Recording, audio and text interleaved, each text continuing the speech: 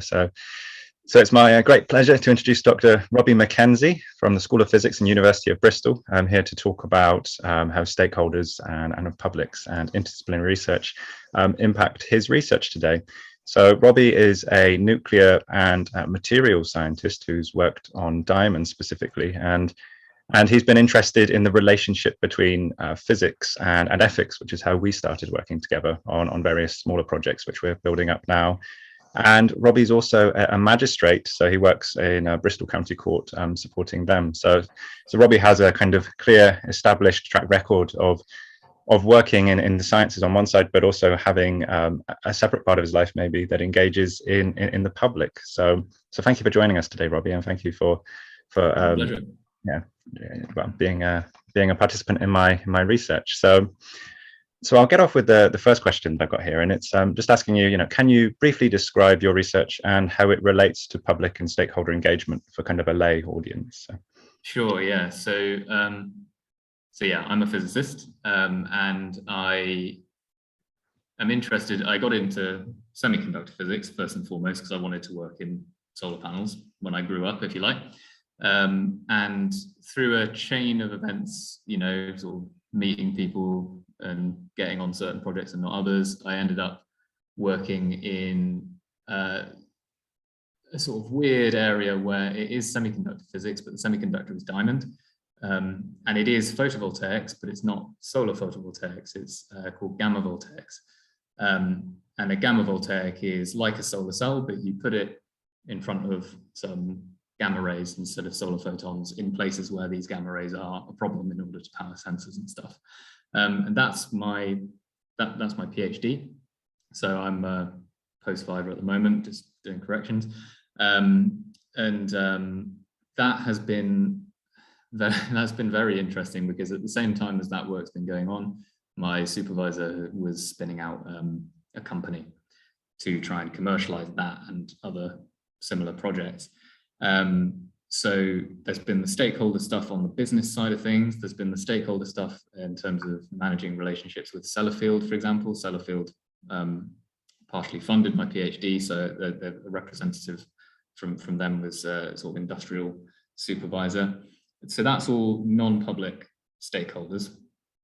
A little bit since then, I've been involved with projects that are looking more to do with school outreach and stuff as well. But obviously anything to do with nuclear, even if you don't actively interface with the public, has public engagement stuff to consider, because nuclear is a controversial technology. And you've always got to think to yourself, not only sort of would the public like or dislike this, but say the public disliked it, what would their reasons be for doing that? What do I need to consider that I might not be thinking of as a scientist, but which might have a bearing on people's lives? Yeah, sorry, that wasn't quite brief, but I hope it was a good description. Fantastic, yeah. And I guess kind of that idea of working with schools is to try and educate people at the earliest possible opportunity about kind of the realities and myths of what nuclear represents, or yes, definitely, yeah. It's sort of like I say, nuclear is controversial and to a certain extent polarized issue. So education, where education is called for, so obviously the school is an educational setting, but engagement in other situations. So I think, I can't think of a concrete example, but I do think sometimes in the sciences, we might go in too hard on educating the public, where actually the public already know what we're talking about, and we need to engage with them, right. Rather than accidentally patronize them. So yeah, there's that kind of dynamic. Fantastic. And that really kind of draws us into the next question, which is about how have you or your colleagues engaged in, on the one side, kind of interdisciplinary research, so research with people in different disciplines, but also how you may intend to kind of further interdisciplinary research or public engagement or stakeholder engagement in the future. So where do you think it's at, and where do you think it needs to go, basically? Sure, yeah. So I'm part of two groups within the university who, if you drew a Venn diagram of their members, it would be almost complete overlap. But it's not well, not almost complete, but there's a big overlap. So within the School of Physics, I'm part of the Interface Analysis Center, which has a strong sort of background in doing nuclear research, but also just general materials research. And I'm also a member of the Southwest Nuclear Hub. And that means, you know, I work with really quite a large number of people. So in the Interface Analysis Center, I probably couldn't list all of the interdisciplinary stuff that people do, but one really good example that isn't nuclear actually is there's a guy called John Day and a guy called Dave Megson-Smith. Their work and the people that they get in on their work started out doing something called Raman spectroscopy for analysis of steels in jet engines, and then they adapted it to work on kidneys in patients for less intrusive medical diagnoses. So because that group focuses on the techniques rather than on the applications a lot of the time, they have a lot of interdisciplinary stuff that they have to do. There's also people I work with who do nuclear forensics, and that's stuff like tracing where a radioactive item or piece of material might have come from. So there's the obvious nuclear science there, but there's also history, politics, all these sort of things. History and politics are quite common interdisciplinary themes actually with nuclear. So I mean, I've got yet other people I work alongside who they recently got back from radiation mapping the Chernobyl exclusion zone using drones. So, you know, to do all that sort of stuff, you can't just be a scientist in a lab. You have to work with government officials and all this sort of thing. So the Nuclear Hub, I think, is very good currently at drawing in sort of industrial and government bodies to work with the academics. Where I think it could potentially go in the future, and like a thing that I'm quite excited about and I'm trying to get going with you, as you know, is I think it provides a perfect substrate for broader interdisciplinary work. So, you know, getting sociologists involved directly at the academic level of nuclear research, or there was an ethnographer recently, Iolenti, I think his name was, who embedded himself in a Finnish nuclear waste repository development team to do an ethnography of those people. And I think we could do a similar thing here, but you know, that's kind of a vague goal, but I really think we've got the foundation here to do that with a bit of work. Yeah. I mean, it sounds like what you're saying is that you have a lot of work being done with stakeholders, which is kind of the most up-to-date kind of, you know, world-leading research in a sense, you know, and you're using people from experts from each field to generate novel research areas, like with the drones, for instance. But then the struggle is trying to get the stories for that research in a sense. Yeah. So I think that a lot of people would be really excited to hear how, you know, you've been working with you know, computer technicians, I suppose, to map areas with drones, and the way that you're using your expertise in different areas to create research that neither of you could have done independently of the other. Really, you know, you're bringing together that expertise in completely novel ways. Exactly. Yeah. I mean, it's surprising as well. I mean, obviously the term interdisciplinary usually refers to specifically to people who are working together who they would actually classify themselves as being in different fields. But for example, the guy, one of the guys I was just talking about, who does the radiation mapping, did the Chernobyl radiation mapping.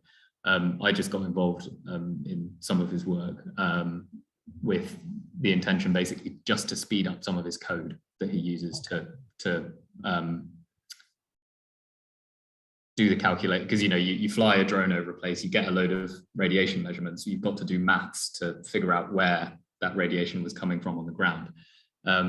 And so that, you know, that's not even my primary discipline. I'm just doing a little bit of coding. I couldn't do any of that. I couldn't do any of that useful work if he hadn't done all of the maths and the drone surveys and stuff. Yeah. And so we both describe ourselves probably as physicists. Yeah. But it feels still interdisciplinary because we just couldn't. Yes. You know, we couldn't have done the thing that we were doing had we not just. Yeah. You know. And I guess it's something similar for the example that you used about kind of the making certain steels and then them being used for kidney devices. I mean, when you think about it, the idea is that, of course, medical professionals and medical companies are going to want the most up-to-date materials to make their newest equipment out of. So in that sense, it seems that there's an obvious synergy between these two areas of research. Even on the face of it, they seem very different than one another. Yeah. So I mean, well, with that Raman, so that's Raman spectroscopy. What that's doing is, rather than making steels, it's analyzing the changes in steel structure. Okay. You're right in terms of how it transfers nicely over, because with Raman, you are effectively looking at chemical changes that you can detect with light, and that's exactly what happens in a kidney when it's, I forget the term because this is not my project, but basically when his kidney is starting to go off, when a kidney started to fail, you can pick up exactly the same changes. And so what they did was they developed a new machine that could do that. So yeah, and they wouldn't. I don't know how that project came about, because they've been working on it for years now. But yeah, like you say.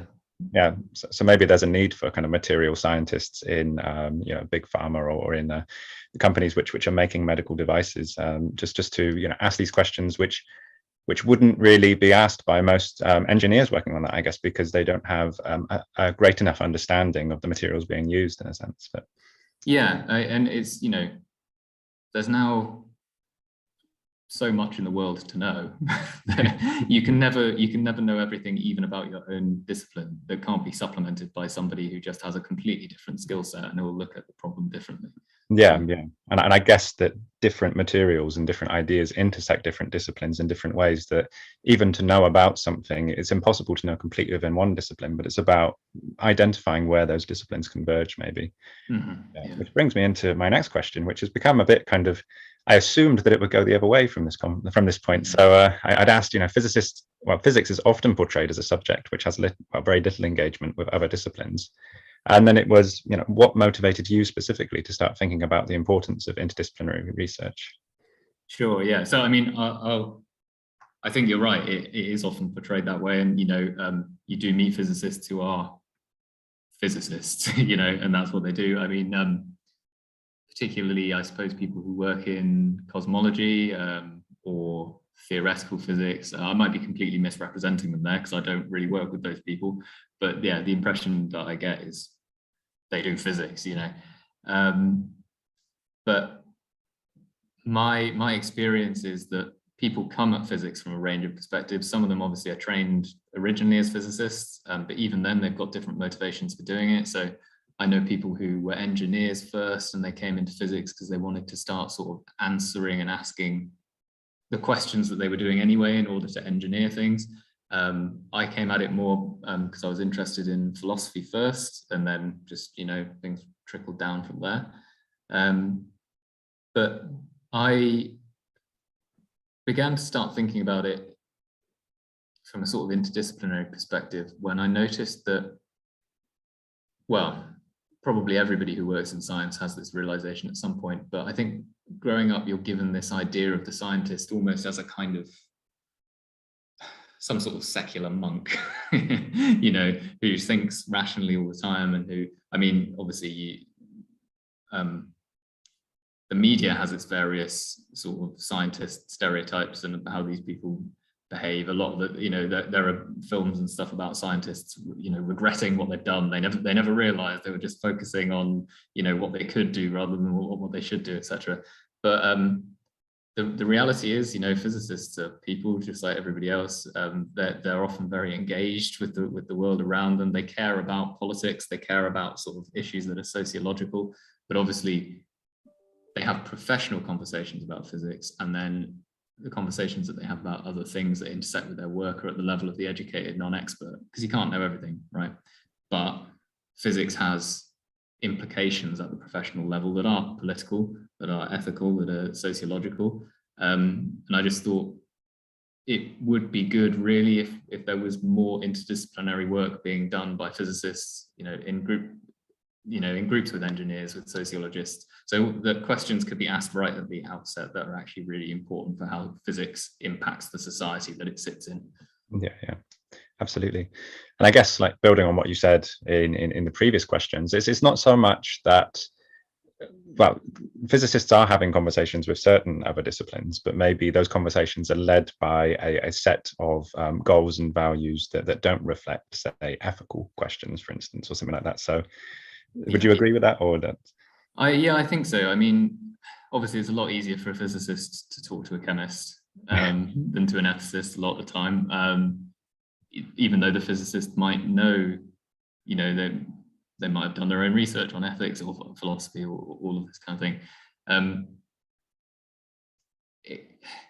I think maybe the reason that it can be difficult to start the conversation is that it's not obvious to a physicist where, say, a philosopher might have something to say, so the contact is never made. But a philosopher would have something to say. I mean, science and technology studies, for example, that is, in the scheme of my life, a relatively new term to me, which is remarkable given that I'm interested in politics and sociology to do with science. And although I have no data to back this claim up, I wouldn't be surprised if most physicists and most scientists working in the physical sciences are not aware that they are being studied by STS people. Yeah. So, it'd be good to see more of that communication. Absolutely. And I think that kind of draws out something problematic with disciplines like philosophy as well, is that I think that most philosophers would be surprised, ethicists would be surprised to know that there's a way that their work could be relevant for physicists as well, in the same way, that when we've kind of approached for people in philosophy departments, we've come up against responses like, I don't know what benefit I'd be to this, I do ethics and it's more classroom based stuff, and it's about trying to get both sides of the table to do something new and different and something which we can't really predict what the outcome's going to be. So in that sense, I think it's about finding out how our values could kind of combine with one another to actually make some new novel kind of areas of research and open up some questions. Definitely, yeah. And I mean, also just convincing people to get around the table when their time is always oversubscribed, regardless of what discipline you work in. And for some people, I imagine there's got to be a pretty certain chance of success in whatever form that takes for viewers to want to get involved in the first place, right? Yeah. But I mean, maybe that's cynical of me, because I also know plenty of people who'd be willing to meet just to discuss things because it's interesting. But there's always that time pressure there as well. So if it's the unknown, it's absolutely a bit Yeah, it's definitely hard to know what's going to work in advance, isn't it? So. Yeah. Okay, so my next question is about kind of something specific to physics then. So I think many academic disciplines are finding that they're being encouraged to engage in more public engagement. And could you explain kind of the importance specific to physics of the checks that make sure that the information you share with your publics and your stakeholders and your interdisciplinary project members, while the information that you share with them can't be misused in ways which may be specific to physics? Yeah, certainly. So I imagine a lot of, well, probably every science has some version of this, but nuclear is a particularly good one because it's all about walking that line between sharing information in an international way that allows good science to take place at the pace that it needs to, whilst also holding back information that could be misused. So the most obvious one would be, there's a famous paper, and I'm not going to mention the guy's name because I think he's mentioned sort of too often for making this mistake, but he more or less published a paper on how one could build a nuclear bomb. And this was back in the 20th century, and it was more just, it was actually sort of, as I understand it, the paper was written more as a warning. Like, you've got to be really careful because this thing could explode and it could cause massive damage and stuff. And obviously, if you're looking to cause massive damage, then the paper was like a recipe. So people have wised up to that, dual use technology. And I mean, at my level, at the level that, a lot of my colleagues work at, procedures aren't really much more than asking someone superior to you whether or not you can publish this. Or you might be told at the outset, just like, this facility is, don't tell anybody where it is, like don't do this description, don't say this about it, like and that runs counter to what's often the scientific mission, to describe in as much detail as possible everything you did so that it could be replicated. But for people higher up the chain than me, you start getting into the territory where you're having to actually sign things and put your details on file and all this kind of thing. And that's separate to the much more normal process of risk assessment and sort of dissemination assessment in general. So yeah, and I guess that's something you're like coming to terms with as you're developing as an academic, in your career as well, is that you're getting to the point now where you're having to think more about how you disclose information to people like me, for instance. Yes. Yeah. I mean, I don't think there's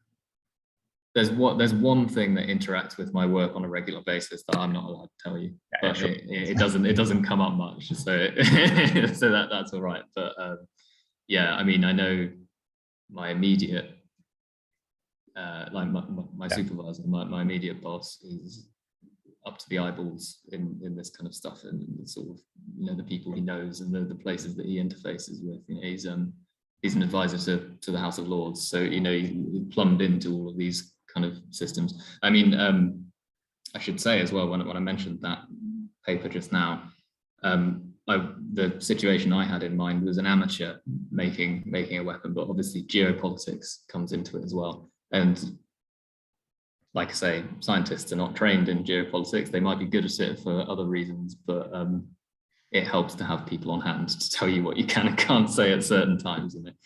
Yeah, but it does draw upon like something like in our literature on kind of knowledge exchanges and stuff like that. They focus a lot on transparency as as one of the kind of core values of making knowledge exchange work and making interdisciplinary research work. But I mean, I think that the kind of barriers that researchers have, like the ones you've spoken about specific to physics, show that there's some aspects of our research that some people who we work with and who we need to work with are never going to be able to talk about, and that shouldn't really impact the way that we do research, at least. That I always think it's more about trustworthiness rather than transparency, because we can say someone's trustworthy, and the reason why they're withholding information from me is for a credible reason, which I respect and actually value them more as a researcher because they do that, right?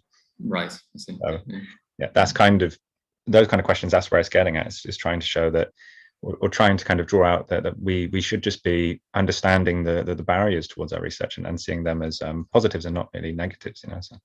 Yeah. So it seems that kind of physics already has these very strong connections with stakeholders. From our discussion today and from what we've spoken about in the past, and like the close connections between government officials and advisory committees, and what you've said about people from other disciplines, it seems that you're constantly working with people on very important issues in ways that could be better represented to publics. So I guess my question for you is, how do you think these relationships and these collaborations could be developed in ways which get the right message across? And do you think that the public impact and public engagement is an important aspect of this? Yeah, so I do think public engagement is very important.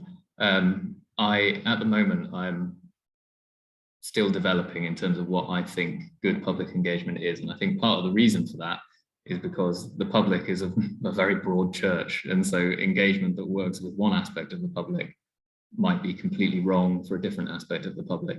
And obviously a lot of the platforms that are used for public engagement they're not exclusive in any way, they're completely inclusive. So platforms like Twitter, for example, where you just make a statement to the world, really good for some types of public engagement, but for others not so much. Work that some of my colleagues are doing at the moment, for example, the work in schools, I think that's that's always been a really solid option for public engagement. I mean, like a lot of scientists do outreach of that kind because we always want more kids to be going into STEM subjects, and there's always been a disparity based, demographic disparities in terms of which students choose to and all that sort of stuff.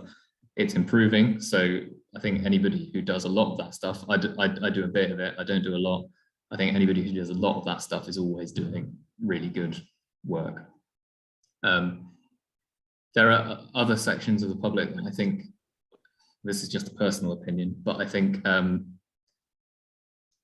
probably it could be improved, like in terms of how scientists interact with them. Scientists in the right places have always had working relationships with the public, but an example I can give sometimes how these things are rooted in attitude is that I was on a video call once with somebody who was asked about the development of the Sizewell C nuclear power plant, and this person was involved in that project, but actually not a scientist, but someone working in the law around, like working in the legal aspects of it and working with the scientists. And she was asked, why she thought people might not want Sizewell C to go ahead. And the answer that came to her, like the answer that came most readily to her, was these people must just be against progress. And so you combine that with the sort of viewpoint that you often get from people in the sciences, which is that, or in scientific projects, that all public engagement is public education. And you've got a recipe basically there for patronizing people who are, often educated, intelligent people. Often these issues impact them personally, so they might know things that people on the project don't know. And so I'm sure some projects do it really well. I know, for example, COVRA in the Netherlands, which is a radioactive waste repository. They ploughed a lot of resources into the relationship they had with the community, so much so that the community is now largely in favor of the waste repository being there. Because, things like school visits, things like sort of other benefits, jobs that they've provided for the community, but also educational things as well. That takes a part of it. But I think the rest of the time, well, not the rest of the time, some of the time, we can forget that public doesn't mean, this is going to sound way more strong than I intended to. Public doesn't mean idiots. No, no, public doesn't mean idiot. And so, yeah, I think that that's one aspect of public outreach that each new generation of scientists needs to learn for themselves. Also put up loads of, so the COVRA stuff, I think it's really interesting that they managed to get the public on board. I'd wonder if, it's purely hypothetical, we couldn't know, but maybe the reason it was so successful is because they were authentically engaging with public and saying, these are the benefits of what we give you, these are the risks. If you still think that the risks outweigh the benefits, then we will find another solution. We won't have a waste repository here. And I think that would be an interesting one, because in these when we engage with publics because we already have something we want to achieve, it somehow makes us seem as though we're engaging in the publics as part of the process because they're a barrier to the outcomes. But it seems that in a sense there is a way to authentically engage with them, which helps them become part of the process in a sense. Yeah, totally. And I think actually taking that risk might be one of the reasons why you don't see really positive engagement activities like that so often, is that if you engage in an honest way with the public on an issue, you have got to be open to the idea that they actually might have a really good reason why your project shouldn't go ahead. Yeah. And we're human beings, and that is probably scary. So yeah. And I guess even within the COVRA project, there was a little bit of. So I really don't like the term NIMBY, not in my backyard. For similar reasons as to what I've just discussed. But the phrasing they used when they discussed their work with other scientists is, we turned NIMBYs into PIMBYs. Right. PIMBY being please in my backyard. And it was just a joke, but at the same time, it's like we shouldn't be using that kind of phrasing ever, you know, like, but I'm painting some picture of them as if they're like careless to people's interests, and they're not at all. It's just that whole thing of these little underlying things that if we can just tweak them, change them, I think it'd be good.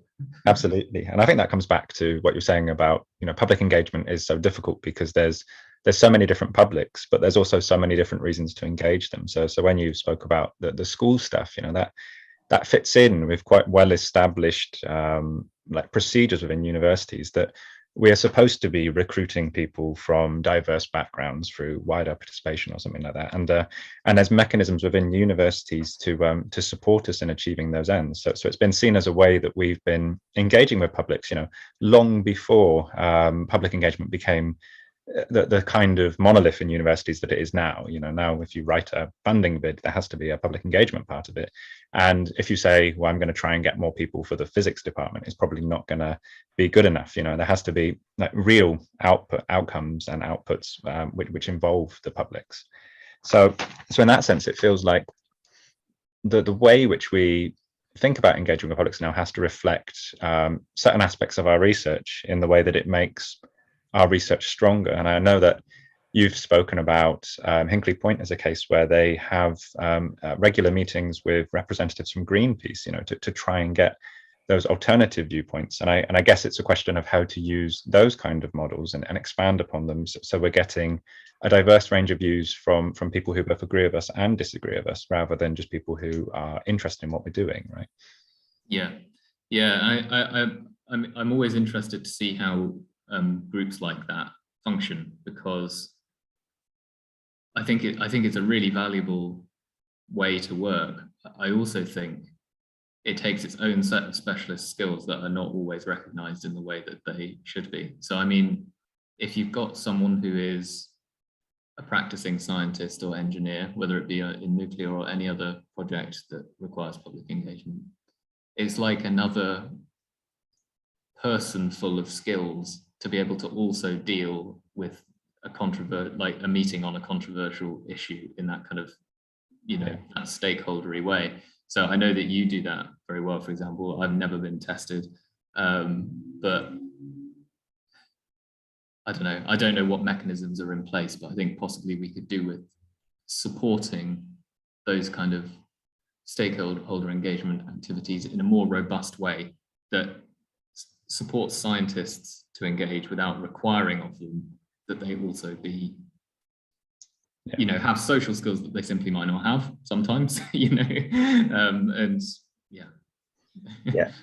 Well, thank you for that. I mean, I think it's not just social skills. Most people have very good social skills. Who I mean, it's more about within different disciplines, people frame what they do in ways which don't always see the biggest picture, and sometimes the biggest picture isn't even on the horizon for anybody at that point. So I guess, my background and the freedom in the role which I do currently allows me to ask, what is the biggest picture and how can we utilize that and make sure that we're using our kind of research exchanges in a way that, well, that actually reduces the amount of work that we're doing, because you said earlier that, people just don't have enough time to be getting involved in these kind of broader, interdisciplinary engagements with publics and stakeholders. And I guess the thing which motivates me is that I think that a lot of the information which we need is already out there in some form or another. And it's more of a question of us figuring out where it is and how to work with those people rather than having to redo it again. I think there's a lot of unnecessary reproduction of information within loads of fields in academia. And that's what I want to reduce. I totally agree. I think actually, like, as you said that kind of, I suppose, provoked a sentence in my mind, which is actually just the very fact that a lot of academic fields have been so successful up to this point now means that the integration of information, the finding of information that already exists, can often be more productive than the creation of new knowledge within the field itself. I don't know how true that is, but it seems true to me as I say it in the moment. It's a hope, isn't it? An aim. But okay, so we have one final question, which is almost summarizing the things that we've spoken about. And it's just about what you think that the benefits and risks are for, nuclear industries when increasing public and stakeholder engagement, or maybe interdisciplinary engagement as well. So are there any that kind of jump out at you which you haven't spoken about already? None that I haven't at least touched upon. I suppose anything involving stakeholder engagement presents a concrete security risk in the nuclear industry. Part of the reason people sometimes don't talk to each other as much as they should is because they were bunkerized in the first place for a very good reason. And that reason may still be valid or it may not. But, situations where in a more normal commercial or technical realm, you might just be able to get someone to sign a non-disclosure agreement. That might not be good enough stakeholder engagement in the nuclear industry. But I'm sure a lot of the time it might be too. In terms of public engagement, we're at a very interesting point globally, I'd say, with the nuclear industry in the context of climate change.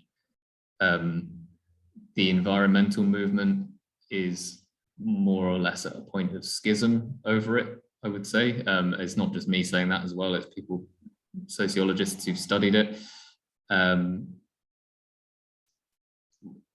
What once was a technology that for several very good reasons people might not want to participate in at all, we now might be forced to use.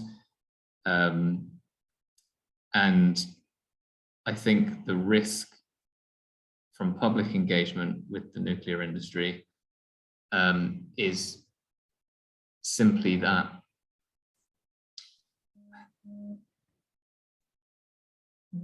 obviously the public is a political body. The political body has a history, ways of thinking about things, which, and I guess I'm saying this as a member of the public as well, might not be suitable for the era that we currently find ourselves in. So if engagement with the public is not managed in the right way in this particular moment in time, there are several different ways in which I think we could really screw the pooch in a way that damages our species really and other species to the nth generation. But I mean, that's a very big scale risk, and it's, the question to it, the level to which I'm actually qualified to speak on it, I'm not sure, but that's my perception.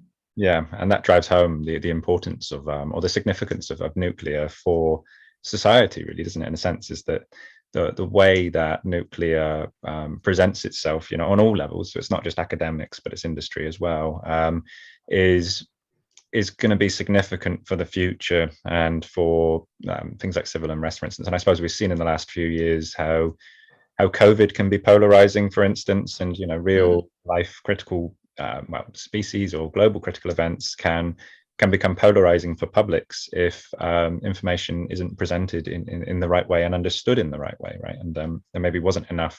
Well, there obviously was a lot done to understand how information would be received in COVID, but maybe it's a lesson for us to understand the importance of that aspect of our research as much as the kind of the solutions that we produce and the effectiveness of those, right? Totally, yeah. I mean, research will have no positive impact if its fruits aren't taken up. Yeah, absolutely. And yeah. Yes, but it's something we will work towards. So yeah. Yeah.